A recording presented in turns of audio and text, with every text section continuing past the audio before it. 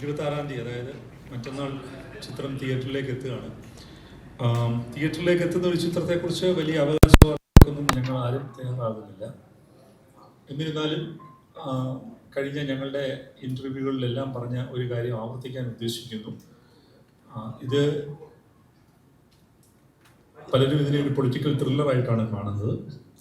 എന്നാൽ രാഷ്ട്രീയം ഈ സിനിമയിൽ പശ്ചാത്തലം മാത്രമാണ്.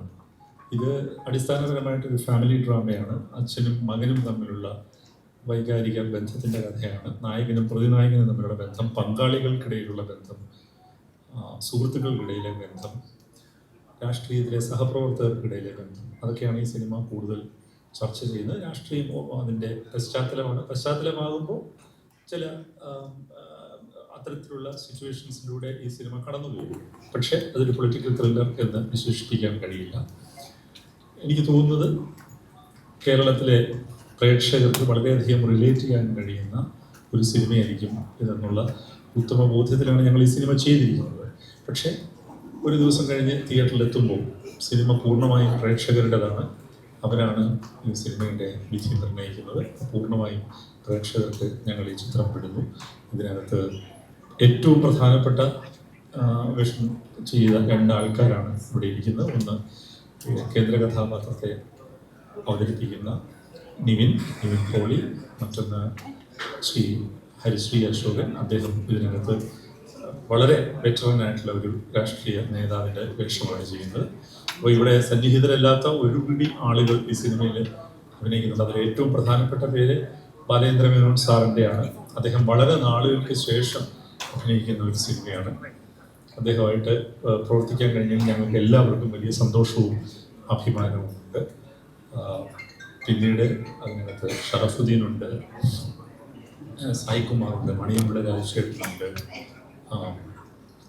വിഷ്ണു അഗസ്തിയുണ്ട്, വൈശാഖ് ചന്ദ്രനുണ്ട്, ഞാൻ പറഞ്ഞു സവിത ആനന്ദുണ്ട്, ആൻ അഗസ്റ്റിനുണ്ട്. ഞങ്ങൾ 2 പെൺകുട്ടികളെ സിനിമ പരിചയപ്പെടുത്തുന്നുണ്ട്. ഒന്ന് നീതു കൃഷ്ണ, മറ്റൊന്ന് അനീന. അജയ് വിജിത ഒരു പ്രധാനപ്പെട്ട വേഷം ചെയ്യുന്നു. അതുപോലെ നിഷാന്ത് സാഗർ, ഞാൻ വിട്ടുപോയ പേര്, അദ്ദേഹത്തിനുള്ള വളരെ പ്രധാനപ്പെട്ട കഥാപാത്രത്തെയാണ് അദ്ദേഹം അവതരിപ്പിക്കുന്നത്. അപ്പോൾ ഒട്ടനവധി മികച്ച കലാകാരന്മാർ ഈ സിനിമയിൽ അഭിനയിക്കുന്നുണ്ട്. ഒപ്പം സാങ്കേതിക രംഗത്ത് പ്രവർത്തിക്കുന്നവരൊക്കെയും വലിയ പ്രാഗൽഭ്യമുള്ളവരാണ്.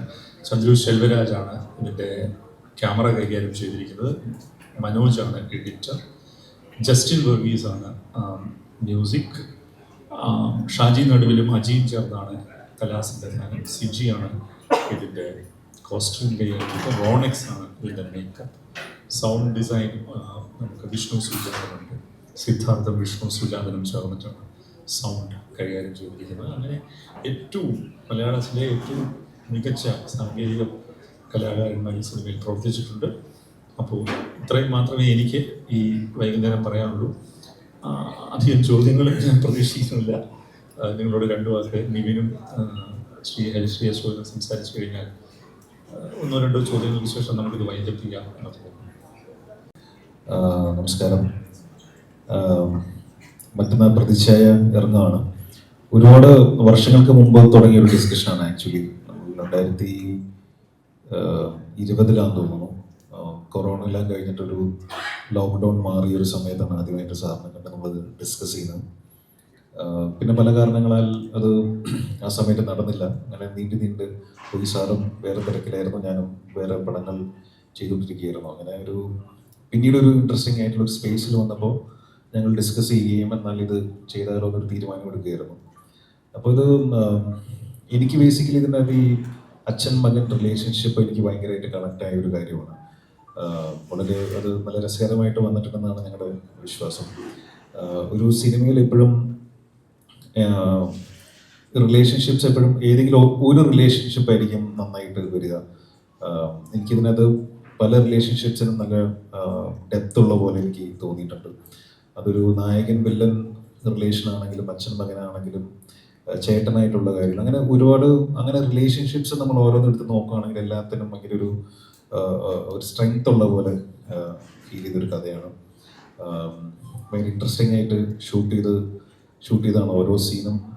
നല്ല ക്വാളിറ്റിയിൽ എടുക്കണം സാറിന് ഭയങ്കര നിർബന്ധമായിരുന്നു. അങ്ങനെ എല്ലാ സീനും നല്ല സമയമെടുത്ത് നല്ല ക്വാളിറ്റി നല്ല സാറും ഗോപാലൻ സാറും കൂടിയാണ് പ്രൊഡ്യൂസ് ചെയ്തിരിക്കുന്നത്. അപ്പോൾ നന്നായിട്ട് സ്പെൻഡ് ചെയ്തെടുത്തിരിക്കുന്ന ഒരു സിനിമയാണ്.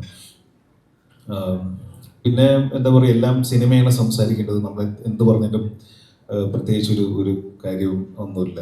അപ്പോൾ സിനിമ പ്രേക്ഷകർക്കും നിങ്ങൾക്കും കണക്ട് ആവട്ടെ എന്നാണ് ഞങ്ങൾ ആഗ്രഹിക്കുന്നത്. അങ്ങനെ കണക്ട് ആവുകയാണെങ്കിൽ നിങ്ങളെല്ലാവരുടെയും കൂടെ ഉണ്ടാവുക, സപ്പോർട്ട് ചെയ്യുക. കാരണം സിനിമകൾ നല്ലത് വരട്ടെ, നല്ല രീതിയിൽ മുമ്പോട്ട് പോകട്ടെ എന്നൊക്കെ എല്ലാവരും ആഗ്രഹിക്കുന്ന ഒരു സമയമാണല്ലോ. നിങ്ങളുടെ എല്ലാവരുടെയും സപ്പോർട്ടും പ്രതീക്ഷിക്കുന്നു. Thank you. എല്ലാവർക്കും നമസ്കാരം. ഞാൻ ഉണ്ണിയേട്ടൻ്റെ കൂടെ ആദ്യമായിട്ടാണ് അഭിനയിക്കുന്നത്. 40 വർഷം കഴിഞ്ഞ സിനിമയിൽ 350 സിനിമ അടുത്തായി. പക്ഷെ ഒരുപാട് രാഷ്ട്രീയക്കാരൻ്റെ വേഷങ്ങൾ ഞാൻ ചെയ്തിട്ടുണ്ട്. പക്ഷെ എനിക്ക് ആദ്യമായിട്ടാണ് ഇങ്ങനെ ഒരു രാഷ്ട്രീയക്കാരൻ്റെ വേഷം കിട്ടിയിരിക്കുന്നത്. ഇതുപോലത്തെ ഒരു വേഷം ഞാൻ ഇതിനു മുമ്പ് ചെയ്തിട്ടില്ല. പിന്നെ സിനിമ ഒരു രാഷ്ട്രീയ പശ്ചാത്തലത്തിൽ പറയുന്നു എന്ന് മാത്രമല്ല, ഫാമിലിയാണ് ശരിക്കും സിനിമ. രാഷ്ട്രീയം അതിൻ്റെ അകത്ത് പറയുന്നു, അതിലൂടെ കടന്നു പോകുന്ന ഫാമിലി സബ്ജക്റ്റാണ്. ഒത്തിരി ആർട്ടിസ്റ്റുകളുണ്ട്. ക്യാമറ ഗംഭീര ഒരു ക്യാമറമാനാണ്. പിന്നെ മേക്കിംഗ് ഞാൻ കുറേ പറഞ്ഞില്ല, ഇത്രയും സിനിമകൾ അഭിനയിച്ചെങ്കിലും ഞാൻ ഇതുപോലെ ഒരു ഡയറക്ഷനിൽ ഞാനെപ്പോൾ ഇരുന്നുകൊണ്ട് പറഞ്ഞല്ല ഞാൻ ആദ്യമായിട്ട് അഭിനയിക്കുന്നത്. കാരണം കുറേ ഡയലോഗുകൾ ഞാനത് പറയാനുള്ള കുറേ ഡയലോഗുകൾ ഞാൻ ബൈഹാർട്ട് പഠിച്ച് വെച്ച് അതിങ്ങനെ ആയിരിക്കും എടുക്കണമെന്ന് ഇത്ര സിനിമകൾ അഭിനയിച്ച ഒരു എക്സ്പീരിയൻസ് വെച്ച് ഞാനിങ്ങനെ മനസ്സിലത് പഠിച്ചു വെച്ചു. പക്ഷേ ഉണ്ണിയേട്ടനതെടുത്ത് വേറൊരു പാറ്റേണിലാണ്.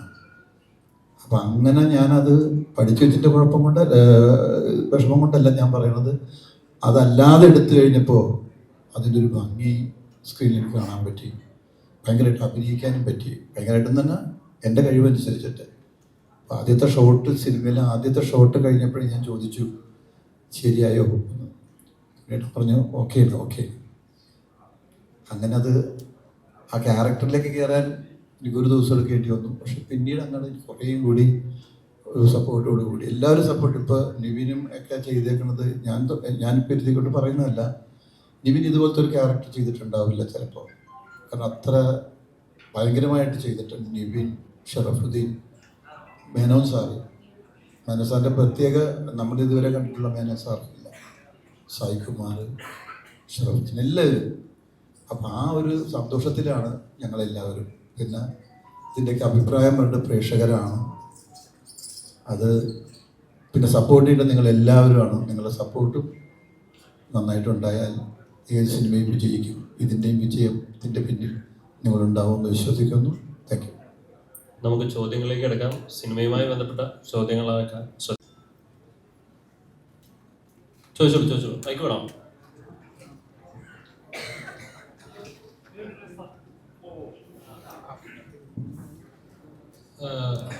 ശരിക്കും പറഞ്ഞാൽ വല്ലാത്തൊരു കോയിൻസിഡൻസ് പോലെ ഫീൽ ചെയ്യുന്നത് ഇവിടെ സ്ട്രേറ്റ്. കാരണം കറക്റ്റ് കേരളം മുഴുവൻ ഇലക്ഷൻ്റെ ചൂടിൽ നിൽക്കുന്നു. അപ്പം അതിൻ്റെ പ്രവർത്തനങ്ങൾ നടന്നുകൊണ്ടിരിക്കുന്നു. കൃത്യം ഇലക്ഷന് ഇത്ര ദിവസങ്ങൾക്ക് മുമ്പ് തന്നെ ഇതുപോലൊരു ചിത്രം വരുന്നു. അത് പൊളിറ്റിക്കൽ റിലേറ്റഡ്. വല്ലാത്തൊരു കോയിൻസിഡൻസ് ഫീൽ ചെയ്യുന്നു. അത് കോയിൻസിഡൻസ് തന്നെയാണ്. അതുകൊണ്ട് അങ്ങനെ ഫീൽ ചെയ്യുന്നത്. കാരണം എന്ത് വെയിറ്റ് ചെയ്ത് 2019 തുടങ്ങിയതാണ് ഞങ്ങൾ ഈ ശ്രമം. അത് അദ്ദേഹം പറഞ്ഞല്ലോ, ആദ്യ പിണറായി സർക്കാരിന്റെ കാലത്താണ് ഇതിന്റെ പ്രാഥമികമായിട്ടുള്ള ചർച്ചകൾ നടക്കുന്നത്. ഇത് ഷാരിസ് മുഹമ്മദ്, നമ്മളുടെ ജനഗണമനയൊക്കെ എഴുതിയ ഷാരിസ് മുഹമ്മദ് എൻ്റെ അടുത്ത് 2019 ഒരു കഥ നരേറ്റ് ചെയ്യുന്നത്. അദ്ദേഹം ഒരു സ്ക്രീൻ പ്ലേ ആയിട്ടാണ് വന്നത്. എന്ന് പറഞ്ഞാൽ ഒരു ഓർഡർ, സീൻ, റഫ് ഓർഡർ. പക്ഷെ അതിനകത്ത് ഒരു മൊമെന്റ് എനിക്ക് ഭയങ്കര സ്ട്രൈക്കിംഗ് ആയിട്ട് തോന്നി. അപ്പം ഞാൻ ഷാരിസിനോട് പറഞ്ഞു, ഷാരിസ്, ഈ മൊമെന്റ് വെച്ചിട്ട് എനിക്ക് എൻ്റെ ഒരു ട്രീറ്റ്മെന്റ് എഴുതിയാൽ കൊള്ളാം എന്നുണ്ട് എന്ന് പറഞ്ഞപ്പോൾ അദ്ദേഹം പറഞ്ഞു അങ്ങനെ ചെയ്യൂ എന്ന് പറഞ്ഞപ്പോൾ ഞാനൊരു സ്ക്രീൻ പ്ലേ ഉണ്ടാക്കി. അപ്പം ഷാരിസ് എന്നോട് പറഞ്ഞു, ഇത് നിങ്ങൾ ചെയ്യുന്നതായിരിക്കും ബെറ്റർ. അങ്ങനെ ഞങ്ങൾ ആദ്യത്തെ ഒരു ഡ്രാഫ്റ്റ് ഉണ്ടാക്കി. എനിക്കൊന്ന് 2019 തന്നെ നിവിനുമായിട്ട് ഞങ്ങൾ ചർച്ച തുടങ്ങിയതാണ്. പിന്നെ ഈ പറയുന്ന പോലെ സിനിമയാണ്, അതിന് സംഭവിക്കേണ്ട ഒരു സമയമുണ്ട്. ഈ സിനിമ അപ്രതീക്ഷിതമായിട്ട് നിവിന് അങ്ങനെ ഒരു ഗ്യാപ്പ് വന്നപ്പോൾ നിവിന് ഞാനും കൂടി എടുത്തൊരു തീരുമാനം, 100 ദിവസം ഷൂട്ട് ചെയ്യുന്നു, പോസ്റ്റ് പ്രൊഡക്ഷൻ കഴിയുന്നു. പിന്നെ ഞങ്ങളെ സംബന്ധിച്ചിടത്തോളം ഒരു സിനിമ നിങ്ങളിലേക്ക്, പ്രേക്ഷകരിലേക്ക് എത്തിക്കാനുള്ള ഏറ്റവും നല്ല സമയം എന്ന് പറയുന്നത് ഈ വിഷു, സ്കൂൾ അടയ്ക്കുന്ന പീരീഡാണ്. അപ്പോൾ തന്നെ ഇലക്ഷൻ സംഭവിക്കുന്നത്. അതുകൊണ്ടാണ് ഞാൻ പറഞ്ഞത് ആകസ്മികത അതിനകത്തുണ്ട്, കോയിൻസിഡൻസ് ഉണ്ട്. അതുകൊണ്ടാണ് താങ്കൾക്കത് കോയിൻസിഡൻസ് ആയിട്ട് തോന്നുന്നത്. അതേപോലെ ഇപ്പൊ അന്ന് ട്രെയിലർ ലോഞ്ചിന്റെ എന്നാ സാറ് പറഞ്ഞായിരുന്നു, ഇതിന്റെ പൂർണ്ണ ഉത്തരവാദിത്തം എനിക്ക് മാത്രമാണ്, എന്തുണ്ടെങ്കിലും അതിന്റെ പൂർണ്ണ ഉത്തരവാദിത്തം ഏൽക്കാൻ ഞാൻ റെഡിയാണ് എന്നുള്ളത്. തീർച്ചയായിട്ടും ആണല്ലോ. അപ്പൊ അതിനകത്ത് എന്തോ ഒരു സ്പാർക്ക് ഉണ്ട് എന്നൊരു മാർക്കല്ല, ഇവരൊക്കെ എന്തിനാ അതിനകത്ത് പിടിച്ചിട്ടുള്ളത്?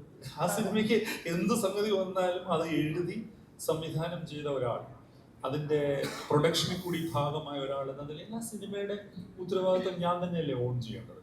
പിന്നെ അങ്ങനെ ഒരു പിന്നെ എന്താണ്, എന്തു വന്നാലും അതിന്റെ ഉത്തരവാദിത്വം ഞാൻ എന്നുള്ള രീതിയിൽ ഞാനൊന്നും സംസാരിച്ചിട്ടില്ല. ഞാൻ പറഞ്ഞത് ഇത്ര വലിയ മുതൽ മുടക്കുള്ള ഒരു സിനിമ ഇത്രയും വിഷമം പിടിച്ചൊരു സാഹചര്യത്തിൽ, ഇപ്പൊ നമുക്കറിയാം OTT ബിസിനസിന്റെ കാര്യം അറിയാം, നമ്മുടെ ഗൾഫിൽ നടക്കുന്ന ഈ ഒരു യുദ്ധസമാനമായ അന്തരീക്ഷത്തെ കുറിച്ച് അറിയാം. അപ്പോൾ അങ്ങനെയുള്ള ഒരു സമയത്ത് ഇത്രയും വലിയൊരു സിനിമയായിട്ട് പോകുമ്പോൾ തീർച്ചയായിട്ടും അതിനകത്ത് വലിയൊരു റിസ്ക് ഉണ്ട്. അത് ഞാൻ തന്നെ ഫേസ് ചെയ്യേണ്ട ഒരു സംഗതിയാണ്. അതാണ് ഞാൻ ഉദ്ദേശിച്ചത്, അല്ലാതെ മറ്റു കാര്യങ്ങളൊന്നും അതിനകത്ത് ഉദ്ദേശിച്ചിട്ടില്ല. ഇനി എന്തെങ്കിലും ഉണ്ടെങ്കിൽ സാറിന് കൃത്യമായിട്ട് ഒരു രാഷ്ട്രീയമുണ്ട്, പക്ഷെ അത് ഈ സിനിമയിലൂടെ പറഞ്ഞിട്ടില്ല എന്നാണ് വിശ്വസിക്കുന്നത്. പണ്ട് നോക്കിക്കഴിഞ്ഞാൽ പല രാഷ്ട്രീയ പ്രസ്ഥാനങ്ങളും അവരുടെ ആശയങ്ങൾ നാടകങ്ങളിലൂടെ അല്ലെങ്കിൽ എഴുത്തിലൂടെയൊക്കെ ജനങ്ങളിലേക്ക് എത്തിക്കാൻ ശ്രമിച്ചിട്ടുണ്ടായിരുന്നു. പക്ഷെ ഇപ്പോഴത്തെ ഒരു സാഹചര്യത്തിൽ നോക്കിക്കഴിഞ്ഞാൽ സോഷ്യൽ മീഡിയക്ക് ഇത്രയും വന്നതോടെ അതിൻ്റെ ഒന്നും ആവശ്യമില്ല എന്നാണ് കരുതുന്നത്. അപ്പം കലയിലൂടെ ഈ രാഷ്ട്രീയം പറയേണ്ട ആവശ്യം ഇപ്പം നിലവിലില്ല എന്ന് കരുതുന്നു. പോസ്റ്റ്മാന്റെ പണി ചെയ്യേണ്ട കാര്യമില്ല. ഒരു മെസ്സേജ് എടുത്ത് കൊണ്ട് ഡെലിവറി ചെയ്യാന്ന് പറയുന്ന ഒരു സംഗതി ചെയ്യേണ്ട കാര്യമില്ല. അങ്ങനെയൊന്നും ചെയ്തിട്ടില്ല. ഞാൻ നിങ്ങളോട് പറഞ്ഞില്ലേ, ഒരു പ്രത്യേക വൈകാരിക മുഹൂർത്തമുണ്ട്. അതെനിക്കിപ്പോൾ പറയാൻ പറ്റില്ല, നിങ്ങൾക്ക് സിനിമ കാണുമ്പോൾ മനസ്സിലാവും. ഞാൻ അതിലാണ് ഹുക്ഡായത്. ഞാൻ എൻ്റെ കഥ എന്നെ എങ്ങോട്ട് കൊണ്ടുപോയോ അതിൻ്റെ കൂടെയാണ് ട്രാവൽ ചെയ്തത്. മറ്റൊരു കൺസേൺസും അതിനകത്തുണ്ടായില്ല എന്നുള്ളതാണ്. അതേപോലെ നിവിൻ ചേട്ടൻ ഇന്റർവ്യൂവിൽ പറയുന്നുണ്ടായിരുന്നു, ബ്രേക്ക് ഇല്ലാതെ ഷൂട്ടിന് പോകാമെന്ന് പറഞ്ഞപ്പം സാറ് അത് സമ്മതിച്ചില്ല. ലൈക്ക് ബ്രേക്ക് വേണം, പ്രായമുള്ള ആളുകളുണ്ട്, അവർക്ക് മരുന്ന് കഴിക്കുന്ന ആളുകളുണ്ട്. അത് ഭയങ്കര ഒരു കണക്ട് ചെയ്ത് ഭയങ്കര ഇതായി ഗ്രേറ്റ് ആയിട്ട് തോന്നി ആ ഒരു സംഭവം. അപ്പം കാരണം എല്ലാവരുടെയും കാര്യങ്ങൾ നോക്കുന്നുണ്ട് എന്നുള്ളൊരു കാര്യം. കാരണം ഇത്രത്തോളം ജൂനിയർ ആർട്ടിസ്റ്റുകൾ ഉണ്ട്, 6000 ആളുകളോട് വെച്ച് ചെയ്തിട്ടുണ്ട്. അപ്പം അതൊക്കെ നോക്കുമ്പോൾ എത്രത്തോളം ഹാർഡായിരുന്നു വർക്ക് ചെയ്യുന്നത്. അല്ല, ഞാൻ പറയുന്നത് അത് എൻ്റെ ഒരു മഹത്വമായിട്ടൊന്നും നമ്മൾ കരുതേണ്ട കാര്യമില്ല. അത് അങ്ങനെ വേണം സിനിമ. ഞാൻ 18 വർഷമായിട്ട് സംഘടനാ രംഗത്ത് പ്രവർത്തിക്കുന്നതാണ്. അപ്പോൾ വളരെ അധ്വാനിക്കുന്ന ഒരുപാട് ആളുകൾ ഇതിനകത്തുണ്ട്. അവർക്കൊക്കെ രോഗങ്ങളുള്ളവരുണ്ട്, വൈഷമ്യങ്ങളുള്ളവരുണ്ട്. അപ്പോൾ കൃത്യമായിട്ട് സിനിമയ്ക്ക് ഒരു സമയവ്യവസ്ഥയുണ്ട്. ആ സമയവ്യവസ്ഥ പാലിക്കപ്പെടണം. അത് ഏത് സെറ്റിലായാലും പാലിക്കപ്പെടണം. എൻ്റെ സെറ്റിലത് ഞാൻ പാലിക്കുന്നു, ബാക്കിയുള്ള സെറ്റിലുകളിൽ ബാക്കിയുള്ളവർ ഇത് പാലിക്കുമെന്ന് പ്രതീക്ഷിക്കുന്നു. പിന്നെ ക്രൗഡൊക്കെ കുറേ ഉണ്ടായിരുന്നു. അതൊക്കെ നമ്മൾ മാനേജ് ചെയ്ത് ഇതിൻ്റെ ഒരു പ്രോജക്റ്റ് ഡിസൈനിൻ്റെ ഭാഗമായിട്ട് നമ്മൾ മാനേജ് ചെയ്ത് മുൻകൂട്ടി കണ്ട് പ്ലാൻ ചെയ്ത് തന്നെയാണ് പോയത്. ഏതാണ്ട് 100 ദിവസം കൂടുതൽ നമ്മൾ ഷൂട്ട് ചെയ്തിരുന്നു. അതുകൊണ്ടാണ് ഞാൻ പറഞ്ഞത് വലിയ വലിപ്പമുള്ളൊരു സിനിമയാണ്. അതിൻ്റെതായിട്ടുള്ള വൈഷമ്യങ്ങളും ഉണ്ട്, അതിൻ്റെതായിട്ടുള്ള ആനന്ദമുണ്ട് ഈ സിനിമയ്ക്കകത്ത്. ഇതിലെ മുഖ്യമന്ത്രി കഥാപാത്രം ഒരേപോലെ ഉമ്മൻചാണ്ടിയുടെയും അതുപോലെ കരുണാകരന്റെയും ഒരു ഹൈബ്രിഡ് സ്വഭാവം ഉണ്ട് എന്ന് പല ആവർത്തിച്ച് പറഞ്ഞിട്ടുണ്ടായിരുന്നു. അപ്പോൾ ഉമ്മൻചാണ്ടി സ്വഭാവം ഏറെക്കുറെ നമുക്ക് ട്രെയിലറിലൂടെ തന്നെ വ്യക്തമാണ്. ഇപ്പൊ കരുണാകരൻ എന്നുള്ള നേതാവ് അനുഭവിച്ച യാതനകളുണ്ട്. അദ്ദേഹത്തിന്റെ മകളുടെ വിവാഹ ദിവസം പോലും പോലീസിന്റെ ഒരു നിരീക്ഷണത്തിലാണെന്ന് പറയുന്ന കരിങ്കാലിയാക്കപ്പെട്ട അങ്ങനെ ഒരുപാട് ദുരവസ്ഥകളിലൂടെ കടന്നു ഒരു കരുണാകരൻ നേതാവ് കൂടിയുണ്ട്. അങ്ങനത്തെ കരുണാകരൻ അനുഭവിച്ച മനോവ്യാപാരങ്ങള് അല്ലെങ്കിൽ അങ്ങനത്തെ കാര്യങ്ങൾ കഥാപാത്ര നിർമ്മിതിയിൽ കൊണ്ടുവരാൻ ഉദ്ദേശിച്ചത്. ഇപ്പൊ ഉദാഹരണം പറയണമെങ്കിൽ ലീഡർ കരുണാകരനോട് ഒരിക്കലും പത്രക്കാരൻ ചോദിച്ചു, അങ്ങ് ഇത്രയും നാളായല്ലോ രാഷ്ട്രീയ പ്രവർത്തനം നടത്തുന്നു, തിരിഞ്ഞു നോക്കുമ്പോൾ അദ്ദേഹം അങ്ങ് എന്താണ് കാണുന്നതെന്ന് ചോദിച്ചപ്പോൾ പുള്ളി നേരെ തിരിഞ്ഞു നോക്കിയിട്ട് പറഞ്ഞു, മോനെ ഈ ഭിത്തിക്കകത്ത് ഇങ്ങനെ ഒരു പടമാണ് ഞാൻ കാണുന്നത് എന്ന് പറഞ്ഞു. അങ്ങനെ പറയുന്ന ഒരു കരുണാകരനുണ്ട്, ഭയങ്കര ടങ് ഇൻ ചീക്കായിട്ട് സംസാരിക്കണം. അത്തരം ചില ട്രെയിറ്റ്സ് ഈ കഥാപാത്രത്തിലുണ്ട്. ഇതെന്താ പ്രശ്നം എന്ന് വെച്ച് കഴിഞ്ഞാൽ അതിപ്പോൾ എനിക്ക് മാത്രമല്ല, എനിക്ക് മുമ്പ് വന്ന വലിയ തിരക്കഥാകൃത്തുക്കളുണ്ട്, രഞ്ജി പണിക്കരായാലും ദാമോദരൻ മാഷായാലും ഒക്കെ. അപ്പം നമുക്കിത് സമൂഹത്തിൽ നിന്നും നമ്മൾ കാണുന്ന ആളുകളിൽ നിന്നുമാണ് നമ്മൾ ഇതിൻ്റെ എലിമെന്റ്സ് സ്വീകരിക്കുന്നത്. എന്ന് വെച്ചാൽ അവരല്ലാതെ അതിനകത്ത് ഒരുപാട് ഫിക്ഷൻ.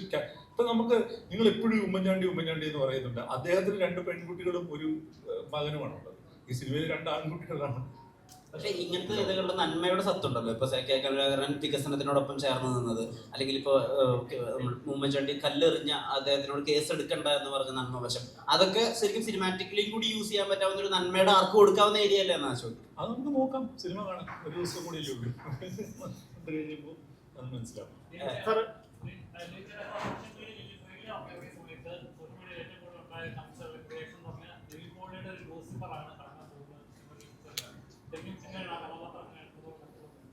ഇല്ല, അങ്ങനെയൊന്നും നമ്മൾ ഇതിനെ എടുക്കുന്നില്ല. ഇത് ഞാൻ പറഞ്ഞില്ല, ഇതൊരു ബേസിക്കലി ഒരു ഇമോഷണൽ സ്റ്റോറിയാണ്, ഒരു ഫാദർ സൺ ഇമോഷണൽ സ്റ്റോറി. നമുക്ക് ഫാമിലി ആയിട്ട് വന്നിരുന്ന് കാണാൻ പറ്റുന്ന ഒരു ഇമോഷണൽ സ്റ്റോറി. അതിനപ്പുറം നമ്മൾ ഇതിനകത്തൊന്നും പറയുന്നില്ല. രാഷ്ട്രീയം ഇതിൻ്റെ ഒരു പശ്ചാത്തലമാണ്. നല്ല ക്വാളിറ്റി ഉള്ള ഒരു സിനിമ എടുക്കാൻ വേണ്ടി എല്ലാവരും പരിശ്രമിച്ചിട്ടുണ്ട്. സാറാണെങ്കിലും ഇതിൻ്റെ ടെക്നിക്കൽ ടീമാണെങ്കിലും ആക്ടേഴ്സ് ആണെങ്കിലും എല്ലാവരും ഒരുമിച്ച് സഹകരിച്ചിട്ടുണ്ട്. അപ്പോൾ അത് വേറൊരു സിനിമയായിട്ടുള്ള ഒരു അതേപോലെ ഒരു പടമൊന്നുമല്ല, ഇതൊരു ചെറിയ ഇമോഷണൽ സിനിമ എന്ന് ചിന്തിച്ചാൽ മതി. അച്ഛനും മകനും റിലേഷൻഷിപ്പ് ഉള്ള ഒരു ഇമോഷണൽ സിനിമ. ഉണ്ണികൃഷ്ണൻ സാർ ശ്രമിക്കുന്നില്ല അദ്ദേഹം, എന്നാൽ ഒരുപാട് കാണാനുണ്ട്. എന്ന് പറയുന്ന ആ ഒരു കമ്പാരിസൺ വരുന്നുണ്ടല്ലോ. എപ്പോൾ ഒരു വിജയം ഉണ്ടെങ്കിലും ലാലേട്ടനായിട്ട് അസോസിയേറ്റ് ചെയ്യുന്നു. വിനീതേട്ടൻ തന്നെ പറഞ്ഞിട്ടുണ്ട്, വിനീതേട്ടൻ പറയും പലപ്പോഴും എന്തോ ഇഷ്ടമാണ് ആളുകൾക്ക് എന്നെ എന്നുള്ള ഡയലോഗൊക്കെ. അപ്പോൾ ഇങ്ങനത്തെ കമ്പാരിസണുകളെ പറ്റി അവെയർ ആണോ? അങ്ങനെ ഒരു ട്രെയിറ്റ് എനിക്ക് ഉപയോഗിക്കാൻ പറ്റുന്നുണ്ട്, ഞാൻ വളരെ കാഷ്വൽ ആയിട്ട് ചെയ്യുന്ന കാര്യങ്ങൾ ആളുകൾക്ക് വർക്ക് ആവുന്നുണ്ട് ലാലേട്ടനെ പോലെ, ആ ഒരു ഏരിയയെ പറ്റി ബോധവാനാണോ? അല്ല, അങ്ങനെ ഒരിക്കലും കമ്പയർ ചെയ്യാൻ പാടില്ലാത്ത ഒരു ഇതാണല്ലോ. കാരണം പുള്ളി ലാലേട്ടൻ എന്ന് പറഞ്ഞാൽ ലാലേട്ടനാണ്, അതേപോലെ വേറൊരാളില്ല. ഞാൻ ബേസിക്കലി ആക്ടിങ് വളരെ കാഷ്വലായിട്ട് എടുക്കുന്ന ആളാണ്. അത് ഞാൻ തുടക്കമേ മുതൽ അങ്ങനെ ശീലിച്ചാണ്. ഞാൻ അങ്ങനെ പഠിച്ച ആളൊന്നുമല്ല ആക്ടിങ് എന്താണെന്നുള്ളത്. ഞാൻ ചെയ്ത സിനിമകളിൽ ഞാൻ വർക്ക് ചെയ്തിട്ടുള്ള ഡയറക്ടേഴ്സിൻ്റെ മെൻറ്റർ ചെയ്ത് അല്ലെങ്കിൽ അവരെനിക്ക് കാണിച്ചു തന്ന വഴിയിലൂടെ സഞ്ചരിച്ച് പോയ ഒരാളാണ്. അപ്പോൾ ഞാൻ ആ കാഷ്വൽ രീതിയിലാണ് ഇതിനെ എടുക്കാറ്. അല്ലെങ്കിൽ ഒരു സിനിമ തുടങ്ങാൻ പോകുന്നു, അതിന് മുമ്പ് ഭയങ്കര പ്രിപ്പറേഷനോ അല്ലെങ്കിൽ തലേ ദിവസം ഇരുന്ന് ഡയലോഗ് പഠിക്കലോ അങ്ങനെയൊന്നും ഞാൻ ചെയ്യാറില്ല. ഞാൻ നേരെ സെറ്റിൽ പോകുന്നു, സ്ക്രിപ്റ്റ് വായിക്കുന്നു, എന്താണോ ശരിയെന്ന് എനിക്ക് തോന്നുന്നു ഞാൻ ചെയ്യുന്നു. അതിനെ കറക്റ്റ് ചെയ്യാൻ അവിടെ ഡയറക്ടറിന് എന്തെങ്കിലും ബോധമുണ്ട്. അപ്പം ഞാൻ ചെയ്യുന്ന തെറ്റാണെങ്കിൽ ഡയറക്ടർ എന്ന് പറയും, നീ ഇതിങ്ങനെയല്ല, കുറച്ച് അങ്ങോട്ട് ഇങ്ങോട്ട് മാറ്റി ചെയ്യുമെന്ന് പറയും. അങ്ങനെ കുറച്ച് ദിവസം ഒരു ഡയറക്ടറായിട്ട് നമ്മൾ വർക്ക് ചെയ്യുമ്പോൾ ഞാൻ എങ്ങനെയാണ് കഥാപാത്രത്തെ കാണുന്നതെന്നും ഡയറക്ടർ എങ്ങനെയാണ് കഥാപാത്രത്തെ കാണുന്നതെന്ന് എനിക്ക് മനസ്സിലാവും. എനിക്ക് അത് രണ്ടും തമ്മിൽ ഒരു ലൈൻ വരയ്ക്കാൻ പറ്റും. പിന്നെ ആ ലൈനിലൂടെ പോകാന്നുള്ളതാണ്. അത് ഫിക്സ് ആയി കഴിഞ്ഞാൽ പിന്നെ ഞാൻ അതിന് അത്ര ടെൻഷൻ എടുക്കാറില്ല സത്യം പറയുകയാണെങ്കിൽ അഭിനയിക്കുന്ന സമയത്ത്. ഇതിനു മുമ്പേ ഇതിനു വേണ്ടി അല്ലെങ്കിൽ അതിൽ നിന്ന് എന്തോരം വ്യത്യസ്തമാണ് പ്രതിച്ഛായ എന്നുള്ളത് ഒരു കാര്യമുണ്ട്. രണ്ട്, അതിനുവേണ്ടി ഒരു പേഴ്സണൽ എഫേർട്ട് എങ്ങനെ അതിലേക്ക് കൊണ്ടുവരാന്നുള്ളത്. ആ രണ്ട് സിനിമയായിട്ട് ഇതിനൊരു കമ്പാരിസൺ ഇല്ല. സഖാവ് ഒരു വേറെ കഥ പറയുന്നൊരു സിനിമയാണ്. ഞാൻ ഭയങ്കരമായിട്ട് എൻജോയ് ചെയ്തൊരു പടമാണ്. അതിൻ്റെ ക്യാരക്ടറൈസേഷൻ ആണെങ്കിലും അതിൻ്റെ കഥയാണെങ്കിലും അതിൻ്റെ സിറ്റുവേഷൻസ് ഒക്കെ ഞാൻ വളരെ എൻജോയ് ചെയ്തൊരു സിനിമയാണ്. പടവട്ട് ഞാൻ വളരെ എൻജോയ് ചെയ്തൊരു സിനിമയാണ്. എനിക്ക് വർക്ക് ചെയ്യാൻ ഇനിയും താല്പര്യമുള്ള ഡയറക്ടേഴ്സിൽ ഒരാളാണ് ലിജു. അതേപോലെ ഒരു പടമല്ല അത്, ഇതൊരു ഡിഫറെൻറ്റ് ഫിലിമാണ്. എൻജോയ് ചെയ്തു. അത് എന്തായാലും എല്ലാ സിനിമയും എൻജോയ് ചെയ്ത് തന്നെയാണ് ചെയ്യാറ്. അത് ഇതും എൻജോയ് ചെയ്തൊരു സിനിമയാണ്. ഇതായിരുന്നു രണ്ടാമത്തെ ക്വസ്റ്റ്യൻ. അതന്നെ നിവിൻ ചേട്ടാ, കഴിഞ്ഞ ദിവസം ഒരു ഇന്റർവ്യൂവിൽ ചേട്ടൻ പൊളിറ്റിക്കലായിട്ട് ചേട്ടനൊരു ഒപ്പീനിയൻ ഇല്ല എന്നുള്ള രീതിയിലൊരു അഭിപ്രായം പറയുന്നത് കേട്ടു. കാരണം ഒരു പ്രത്യേക ഒരു പൊളിറ്റിക്കൽ ഒപ്പീനിയൻ അത്തരത്തിലൊന്നും ശ്രദ്ധിക്കാറില്ല. അപ്പോൾ അജിത് ചേട്ടൻ കുറച്ചും കൂടി ആ ഒരു സാഹചര്യത്തെ കുറച്ചും കൂടി നന്നായിട്ട് പറഞ്ഞു. അതായത് പൊളിറ്റിക്കൽ പാർട്ടികളോട് താല്പര്യമില്ല എന്നാണ് നിവിൻ ഉദ്ദേശിച്ചത് എന്ന് പറയുന്നുണ്ടായിരുന്നു. പക്ഷെ ഞാൻ ആലോചിക്കുന്നത്, ഇപ്പോൾ കമ്പാരിറ്റീവ്ലി ഇപ്പോൾ ഉള്ള യുവനടന്മാരിൽ ഏറ്റവും കൂടുതൽ പൊളിറ്റിക്കൽ സിനിമകൾ ചെയ്തിട്ടുള്ളത് നിവിൻ ചേട്ടനാണ്. ഇപ്പൊ സഖാവായാലും പടവട്ടായാലും ഇപ്പൊ പ്രതിച്ഛായ. അപ്പോൾ പൊളിറ്റിക്കലായിട്ടൊരു അവയർനെസ് ഇല്ലാതെ ഇത്തരത്തിലുള്ള സിനിമകൾ ചെയ്യുമ്പോൾ നമ്മൾ സംവിധായകരുടെയോ എഴുത്തുകാരുടെയോ കൈകളിലെ കളിപ്പാവുകൾ പോലെ ആവില്ലേ? അവർക്ക് പല കാര്യങ്ങളും നമ്മളിലൂടെ പറയാൻ പറ്റില്ലേ? അപ്പോൾ ഒരു അവയർനെസ് മസ്റ്റ് അല്ലേ? എനിക്ക് തോന്നുന്നു ഒരു കോമൺ സെൻസ് ഉണ്ടെങ്കിൽ നമുക്കത് മറികടക്കാൻ തോന്നുന്നു. അങ്ങനെ ഒരു കളിപ്പാവയാവാൻ പറ്റില്ലല്ലോ. നമ്മൾ വാർത്തകളും കാര്യങ്ങളെല്ലാം നമ്മൾ കാണുന്നുണ്ട്. എനിക്ക് ബേസിക്കലി എൻ്റർടൈൻമെൻറ്റ് അല്ലെങ്കിൽ സിനിമ, അതിലാണ് എൻ്റെ ഫുൾ ഫോക്കസ് ഉള്ളത്. ഒരു പാർട്ടിയോട് താല്പര്യക്കുറവോ അങ്ങനെയൊന്നുമില്ല. പല പാർട്ടിയിൽ പല കൂട്ടുകാരും പലരെ റെസ്പെക്ട് ചെയ്യുന്ന ഒരുപാട് പൊസിഷനിലിരിക്കുന്ന ആൾക്കാരുണ്ട്. അതെല്ലാം ഞാൻ റെസ്പെക്റ്റോടെ കാണുന്നു. പക്ഷെ ഞാൻ അതിലങ്ങനെ ഫോക്കസ് ചെയ്യുന്നില്ല. ഞാൻ സിനിമ അല്ലെങ്കിൽ ചെയ്തു പോവുക, ഫാമിലി, അങ്ങനത്തെ ഒരു ആ രീതിയിലാണ് പോകുന്നത്. അപ്പോൾ അതുകൊണ്ട് നടക്കുന്നതൊന്നും അറിയില്ല എന്നുള്ളതല്ല, നമുക്ക് എല്ലാവർക്കും ഒരു ദൈവം അനുഗ്രഹിച്ച് ഒരു കോമൺ സെൻസ് തന്നിട്ടുണ്ട്. അപ്പോൾ ഞാനൊരു സ്ക്രിപ്റ്റ് കേൾക്കുമ്പോൾ ഇതൊരു ഭയങ്കര പോയിന്റ് ഔട്ട് ചെയ്ത് ചെയ്യുന്നൊരു സിനിമയാണോ അല്ലയോ എന്ന് മനസ്സിലാക്കാൻ പറ്റാറുണ്ട്. Unnikrishnan sir, first of all ഈ സിനിമയുടെ ടൈറ്റിൽ പ്രതിച്ഛായ വളരെ മികച്ച ഒരു ടൈറ്റിലാണ്, അതിന് അഭിനന്ദനങ്ങൾ. സാധാരണഗതിയിൽ എനിക്ക് തോന്നിയിട്ടുള്ളത് ഈ പ്രതിച്ഛായ ഭീതി ഏറ്റവും കൂടുതലുള്ളത് സിനിമാക്കാർക്കും പൊളിറ്റീഷ്യൻസിനുമാണ്. ഈ രണ്ട് പേരുടെ ഇടയിലാണ് ഏറ്റവും കൂടുതൽ പ്രതിച്ഛായ ഭീതി ഉള്ളത്. അപ്പൊ അത്തരത്തിലൊരു സാഹചര്യം കൂടി മുന്നിൽ കണ്ടിട്ടാണോ ഇങ്ങനൊരു ടൈറ്റിൽ ഇട്ടത്? ഈ ടൈറ്റിലേക്ക് വന്നത് എങ്ങനെയാണ്? അല്ലെ, നമ്മുടെ ട്രെയിലറിലുണ്ടല്ലോ ഇപ്പൊ രാഷ്ട്രീയത്തിൽ ഇപ്പോൾ വ്യക്തികളില്ല, പ്രതിച്ഛായകൾ മാത്രമേ ഉള്ളൂ എന്നുള്ളത് ട്രെയിലറിൽ ഒരു വാചകം പറയുന്നുണ്ട്. അപ്പൊ പ്രതിച്ഛായ നിർമ്മിതികളെ കുറിച്ചിട്ടാണ് ഈ സിനിമ. രാഷ്ട്രീയ പ്രവർത്തനം എന്ന് പറയുന്നത് ഇപ്പോൾ പ്രതിച്ഛായ നിർമ്മിതികളിലൂടെയാണ് കടന്നു പോകുന്നത്. അതുകൊണ്ടാണ് PR-ലും സൈബർ സ്പേസിലും ഇത്രയും കോടികൾ ഇപ്പോഴത്തെ ഇലക്ഷൻ സ്പെൻഡ് ചെയ്യുന്നത്, പണ്ടത്തെ വ്യത്യസ്തമായിട്ട്. അപ്പോൾ എല്ലാവർക്കും അങ്ങനെ ഒരു ഇമേജ് കോൺസ്ട്രക്റ്റ് ആവശ്യമുണ്ട്. നിർമ്മിക്കപ്പെടുന്ന പ്രതിച്ഛായ വെച്ചിട്ടാണ് എല്ലാവരും ചെയ്യുന്നത്. അതിൻ്റെ ഗുണവും ദോഷവും ഉണ്ട്. ആ ഗുണദോഷങ്ങളെ കുറിച്ച് കൂടിയാണ് ഈ സിനിമ. എന്ന് വെച്ചാൽ അതൊരു ടോൾ ക്ലെയിം ഒന്നുമല്ല, അത് തീർച്ചയായിട്ടും ഒരു കുടുംബാന്തരീക്ഷത്തിലാണ് നമ്മൾ സംസാരിക്കുന്നത്. അതൊന്ന് തൊട്ടുപോകുന്നുണ്ട്. അതെല്ലാം നിങ്ങൾ ഇനി മറ്റന്നാൾ കണ്ട് വിലയിരുത്തിയാൽ മതി. ആരോപണങ്ങൾ വരാനുള്ള ഒരു സാധ്യതയുണ്ട്. ഇലക്ഷൻ ആയതുകൊണ്ട് തന്നെ ഒരു പ്രൊപ്പഗണ്ട ആരോപണങ്ങൾ വരാനുള്ള ഒരു സാധ്യതയുണ്ട്. അത്തരം ഒരു ആരോപണം വന്നാൽ അതിനെ പ്രതിരോധിക്കാനുള്ള എന്ത് ഒരു പ്രതിരോധവും ഇല്ല. നാളെ കഴിഞ്ഞാൽ ഞാൻ യാത്ര പോകും, കുറച്ച് ദിവസം കഴിഞ്ഞ് ഞാൻ വരുള്ളൂ. അതൊക്കെ തന്നെ നമ്മുടെ പ്രതിരോധം. ഹരിശ്രീ സാർ, ഇപ്പൊ ഈ കൂട്ടത്തില് കുറച്ചും കൂടി എക്സ്പീരിയൻസ് സിനിമയിലുള്ളത് സാറിനാണ്. സാർ വന്നിട്ട് ഇപ്പൊ ഒരു എങ്ങനെ വന്നാലും 25 വർഷത്തിലധികം, 40 വർഷമായിട്ട് പറഞ്ഞു ഞാൻ 40 വർഷം. സോറി സാർ, സോറി പറയേണ്ട കാര്യമൊന്നും. 40 വർഷം അഭിനയിച്ചതാണ് ഞാൻ പറയുന്നത്. തീർച്ചയായിട്ടും സാർ, പണ്ടുള്ള നടന്മാർ, ഇപ്പൊ തിലകൻ സാർ ആയിക്കോട്ടെ, ശങ്കരാടി സാർ ആയിക്കോട്ടെ, മുരളി സാർ ആയിക്കോട്ടെ, ഇവരെല്ലാവരും ഇവരുടെ രാഷ്ട്രീയം പ്രകടമാക്കി തന്നെ സംസാരിച്ചിരുന്ന ആൾക്കാരാണ്. ഞാനൊരു കമ്മ്യൂണിസ്റ്റുകാരനാണ് എന്നൊക്കെ മുരളി സാറും തിലകൻ സാറും അതുപോലെ ശങ്കരാടി സാറും ഒക്കെ സംസാരിക്കുന്ന ഇന്റർവ്യൂസ് നമ്മൾ കണ്ടിട്ടുണ്ട്. അപ്പൊ നിങ്ങളുടെ കാലഘട്ടത്തിലുള്ളവരിലും അത്തരത്തിലൊരു സ്വഭാവം ഉണ്ടായിരുന്നു. പക്ഷെ ഇന്ന് ഒരു രാഷ്ട്രീയ പാർട്ടിയുടെ അനുഭാവമുള്ള ആളാണ് ഞാൻ എന്ന് പറയാൻ പലർക്കും ഭയമാണ്. പറഞ്ഞു കഴിഞ്ഞാൽ മറ്റുള്ളവരെന്ത് വിചാരിക്കും, മറ്റൊരു പാർട്ടി എനിക്കെതിരാവും, മറ്റൊരു അണികൾ എനിക്കെതിരാവും എന്നുള്ളൊരു ഭയമുണ്ട്. അപ്പോൾ സാറിന് അങ്ങനത്തെ ഒരു ഭയമുണ്ടോ? സാറിന് രാഷ്ട്രീയം വെളിപ്പെടുത്താൻ ഒരു ഭയമുണ്ടോ? രണ്ടാമത്തെ ചോദ്യം, ആദ്യം തന്നെ പറയട്ടെ, എല്ലാ 10 ചോദ്യങ്ങളൊന്നും ഞാൻ എല്ലാം പറയണ്ട. ആദ്യത്തെ ചോദ്യത്തിന് മറുപടി അറിയാം. എനിക്ക് ഈ കേരളത്തിലുള്ള എല്ലാ പാർട്ടിക്കാരായിട്ടും വളരെ അടുത്ത ബന്ധമുണ്ട്. അവരൊക്കെ എൻ്റെ സുഹൃത്തുക്കളുണ്ട് പലരും. ഞാൻ അങ്ങനെ സ്നേഹിക്കുന്നവരാ. പോരെ? രണ്ടാമത് പറ. രണ്ടാമത്തെ ചോദ്യം, ഇപ്പൊ ഇങ്ങനെ ഒരു ഡിപ്ലോമാറ്റിക് ആയിട്ടുള്ള ഒരു ആൻസർ ഇപ്പൊ ബി ഉണ്ണികൃഷ്ണൻ സാറൊക്കെ ഇടതുപക്ഷ സഹയാത്രികനാണെന്ന് വളരെ പ്രത്യക്ഷത്തിൽ പറഞ്ഞിട്ടുള്ള ആളാണ്. അപ്പോൾ ഇത്തരത്തിലൊരു ഡിപ്ലോമാറ്റിക് ആയിട്ടുള്ള ആൻസർ വരുന്നത് മറ്റുള്ളവൻ എന്ത് വിചാരിക്കുമെന്ന ചിന്തയിൽ നിന്നാണോ, അതോ ഇന്നത്തെ കാലഘട്ടം വളരെ സെൻസിറ്റീവ് ആയതുകൊണ്ടാണോ? ഞാൻ അങ്ങനെ ഒന്നും ചിന്തിക്കാറില്ല. രാഷ്ട്രീയമായിട്ടല്ല എൻ്റെ ജീവിതം. എൻ്റെ ജീവിതം എന്ന് പറഞ്ഞാൽ എൻ്റെ വീട്ടിലുള്ളവരെയൊക്കെ നോക്കണം. എനിക്ക് മനസ്സിലായ, അതിനുവേണ്ടി ജോലി ചെയ്യുന്നു, പൈസ ഉണ്ടാക്കുന്നു, എന്നെ ആശ്രയിക്കുന്നവരെ ഞാൻ നോക്കുന്നു. പക്ഷേ ഇതിൻ്റെ ഇടയ്ക്ക് എനിക്ക് ഒരുപാട് സുഹൃത്തുക്കളുണ്ട്. അത് രാഷ്ട്രീയമുണ്ട്, അല്ലാതുള്ള മേഖലയിലുള്ള പരിപാടികൾ ചെയ്യുന്ന പല ആൾക്കാരും എൻ്റെ സുഹൃത്തുക്കളാണ്. ഞാൻ നേരത്തെ പറഞ്ഞിട്ടുള്ള കാര്യങ്ങൾ തന്നെയാണ്.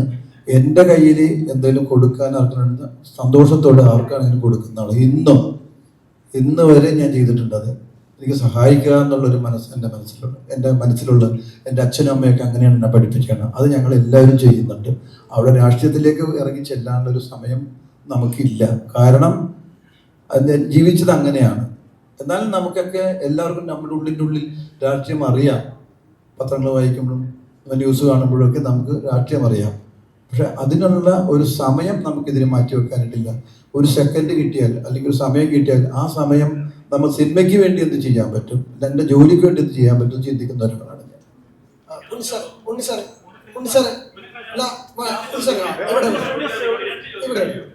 ഇപ്പൊ ഇതിനകത്ത് പറയുമ്പോൾ കഥയിലെക്കാളും ഈ മേക്കിംഗിൽ ആക്ടേഴ്സിനെ ഏറ്റവും സ്റ്റൈലിഷ് ആയിട്ട് പ്രസന്റ് ചെയ്യുന്ന ഡയറക്ടേഴ്സിന് ഒരാളാണ്. അതായത് ലാലേട്ടൻ്റെ ഏറ്റവും നല്ല ലുക്കുകൾ ഉള്ള സിനിമകൾ നോക്കിക്കഴിഞ്ഞാൽ സാറിൻ്റെ സിനിമകളുണ്ട്. നാടനാണെങ്കിലും വെസ്റ്റേൺ ആണെങ്കിലും എന്താ ആക്ടേഴ്സിന് അത്രയും സ്റ്റൈലിഷ് ആയിട്ട് പ്രസന്റ് ചെയ്യണം എന്നുള്ള ഒരു ഐഡിയ ശരിക്കും എങ്ങനെയാ വരുന്നത്? തെറ്റാണോ? അല്ല, ഇതിലും കിട്ടില്ലാണ്. അങ്ങനെയല്ല. ഇപ്പൊ നിവിൻ ഇതിനകത്ത് അവതരിപ്പിക്കുന്ന കഥാപാത്രം അയാള് ബാംഗ്ലൂർ പോലൊരു സ്ഥലത്ത് ഒരു സ്റ്റാർട്ടപ്പ് ഭയങ്കര സക്സസ്ഫുൾ ആയിട്ട് റൺ ചെയ്യുന്ന ഒരാളാണ്. അപ്പൊ അങ്ങനൊരു ബോഡി ലാംഗ്വേജ് ഉണ്ട്, ഒരു അറ്റയർ ഉണ്ട്. അതിന് എനിക്കൊരു സങ്കല്പമുണ്ട് അതിനെക്കുറിച്ച്. അശോകന്റെ കഥാപാത്രത്തെ കുറിച്ചും എനിക്കൊരു സങ്കല്പം. അപ്പൊ അത് ഞാൻ എൻ്റെ ടീമുമായിട്ട് ഷെയർ ചെയ്യും. എൻ്റെ കോസ്റ്റ്യൂം നോക്കുന്ന ആളുമായിട്ടും DOP ആയിട്ടും ആർട്ട് ഡയറക്ടറുമായിട്ടും ഷെയർ ചെയ്യും. എന്നിട്ട് അതിന് മൊത്തം ഒരു കളർ പാലറ്റ് ഉണ്ടാക്കി അവരുടെ ലുക്കൊക്കെ ഒന്ന് വർക്ക് ചെയ്ത് അങ്ങനെ ചെയ്യുമ്പോൾ അതിനകത്ത് ഒരു വൃത്തി വന്നു പോകും. അത് മെയിൻറ്റെയിൻ ചെയ്യാൻ നോക്കിയുള്ളൂ. അതല്ലാതെ അതിനെക്കുറിച്ച് ഇത്രയധികം നമ്മൾ അങ്ങനെ വേണം എന്നുള്ളത്. ഇപ്പോൾ ഗ്രാൻഡ് മാസ്റ്റർ എന്ന് പറയുന്ന ഒരു സിനിമ ഞാൻ ചെയ്യുമ്പോൾ മോഹൻലാൽ സാറിനെ ഇപ്പോൾ നിങ്ങൾ ശ്രദ്ധിച്ചു കഴിഞ്ഞാൽ അറിയാം, അദ്ദേഹത്തിൻ്റെ ഇൻട്രൊഡക്ഷനിൽ ഒരു വൈറ്റ് ലിനൻ ഡ്രസ്സാണ് അദ്ദേഹം ഇട്ടിരിക്കുന്നത്. പോകെ അത് അദ്ദേഹം ആ കഥാപാത്രം ഭയങ്കര ലേറ്റ് ബാക്ക് ആയിട്ടുള്ളൊരു കഥാപാത്രമാണ്, അലസനായിട്ടുള്ള കഥാപാത്രം. പോകെ ഹാർഷ് കളേഴ്സിലേക്ക് അത് കയറി വരും. എന്നിട്ട് ഏറ്റവും അവസാനം ഒരു ബ്ലാക്ക് ഡ്രസ്സിലാണ് വരുന്നത്. ഈ സിനിമയിൽ അതിനൊരു റിവേഴ്സ് ഉണ്ട്, അത് നിങ്ങൾ കണ്ടു കഴിഞ്ഞാൽ മനസ്സിലാവും. അങ്ങനെ അത്രയും കാര്യങ്ങൾ ശ്രദ്ധിക്കും.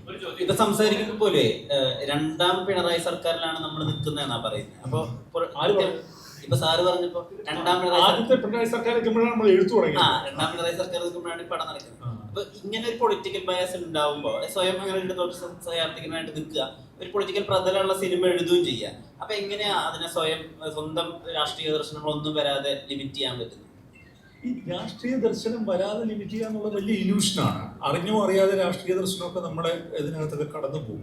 രാഷ്ട്രീയം ഇല്ലെന്ന് പറയുന്നവരെടുക്കുന്ന സിനിമയിലും ഒരു രാഷ്ട്രീയമുണ്ട്. പിണറായി പ്രിയ ഉണ്ടാവും. പിന്നെ അതിനകത്തുള്ള പ്രശ്നം ഈ പിണറായി പ്രിയമോ പ്രതിച്ഛായലുണ്ടാവും. അപ്പൊ അങ്ങനെയൊന്നുമില്ല. നിങ്ങൾ ഈ ഇടതുപക്ഷം എന്ന് പറയുന്നതിന് പിണറായി വിജയനുമായിട്ട് എന്തിനാണ് ഇക്വേറ്റ് ചെയ്യുന്നത്? ഇടതുപക്ഷ സർക്കാരുമായിട്ട് എന്തിനാണ് ഇക്വേറ്റ് ചെയ്യുന്നത്?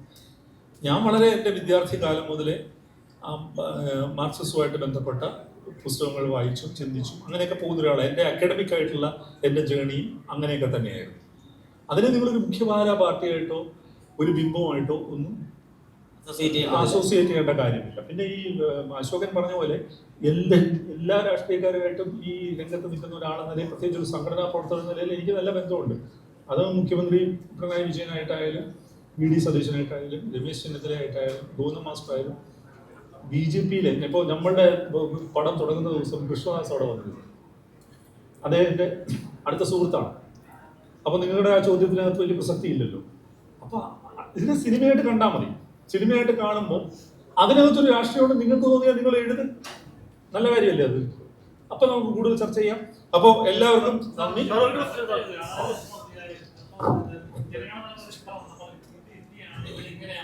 എന്ന് പറയാൻ അങ്ങനത്തെ ഒരു കേൾക്കുന്ന സമയത്ത് ഒരു പ്രേക്ഷകൻ ഉണ്ടാകുന്ന ഒരു മൊമെന്റ് ഉണ്ട്. അതായത് നമ്മൾ ഈ ക്രൈസിനോട് ഫേസ് ചെയ്തിട്ടുണ്ട്, നമ്മൾ കാണുന്ന എപ്പോഴെങ്കിലും പ്രതികരിക്കണം എന്ന് തോന്നുന്ന കാര്യങ്ങൾ ഒരു സിനിമ ഒരു നടൻ പറയുമ്പോൾ അല്ലെങ്കിൽ ഒരു കഥാപാത്രം പറയുമ്പോൾ ഒരു പ്രേക്ഷകന് കിട്ടുന്ന ഫീൽ ഉണ്ട്.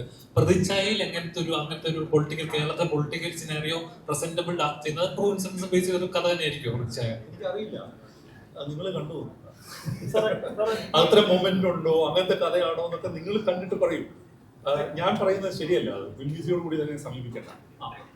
ഒരു കഴിഞ്ഞ ഇന്റർവ്യൂല് സാറ് പറയുന്നുണ്ടായിരുന്നു ഉമ്മൻചാണ്ടി സാറിനെ ഒരു BTS വെച്ച് 4 മണിക്ക് കണ്ടത്. അപ്പൊ ആ സമയത്ത് അദ്ദേഹം പ്രതിച്ഛായ നഷ്ടപ്പെട്ടിരിക്കുന്ന ടൈമായിരുന്നു. അദ്ദേഹത്തിന്റെ ആ ഒരു സംഭവം ഈ പ്രതിച്ഛായ എന്ന സിനിമയിലേക്ക് അങ്ങനെ ഇൻഫ്ലുവൻസ് ചെയ്തു. ഞാനത് പറഞ്ഞിരുന്നു. എല്ലാ രാഷ്ട്രീയ നേതാക്കൾക്കും ഒരു പ്രൈവറ്റ് സ്പേസ് ഉണ്ട്, അവർക്കൊരു കുടുംബം ഉണ്ട്. അപ്പൊ അവര് പബ്ലിക് റെലമില് ഫേസ് ചെയ്യേണ്ടി വരുന്ന പ്രോബ്ലംസ് അവരുടെ ഫാമിലിയും കൂടി ഫേസ് ചെയ്യണം. നമ്മൾ അങ്ങനെ ഒരു പിന്നെ എന്തെങ്കിലും ഒരു ആരോപണ വിധേയനായിട്ട് നമ്മൾ വീട്ടിലേക്ക് കയറി ചെല്ലുമ്പോൾ നമ്മുടെ പങ്കാളിയെ നമ്മൾ കാണണം, നമ്മുടെ മക്കളെ കാണണം, കൊച്ചുമക്കളെ കാണണം, സുഹൃത്തുക്കളെ കാണണം. അതിന് വേറൊരു മൊമെന്റും വേറൊരു കോൺഫ്ലിക്റ്റും അല്ലേ? അത് നമ്മളാരും അറിയുന്നില്ലല്ലോ. അത്തരം ഒരു സ്പേസിലേക്കാണ് ഈ സിനിമ കൂടുതൽ കോൺസെൻട്രേറ്റ് ചെയ്യുന്നത്. വീടിന്റെ അകത്തളത്തിലേക്കാണ് ഈ സിനിമ കൂടുതൽ കോൺസെൻട്രേറ്റ് ചെയ്യുന്നതെന്ന് പറഞ്ഞുകൊണ്ട് നമ്മളിത് അവസാനിപ്പിക്കുകയാണ്. എല്ലാവരും ക്ഷണം സ്വീകരിച്ചെത്തിയതിന് നന്ദി. പ്രതിച്ഛായ കാണുക. ഈ അഭിപ്രായങ്ങളൊക്കെ നിങ്ങൾ ഫ്രീ ആയിട്ട് എക്സ്പ്രസ് ചെയ്യട്ടെ. Thank you so much.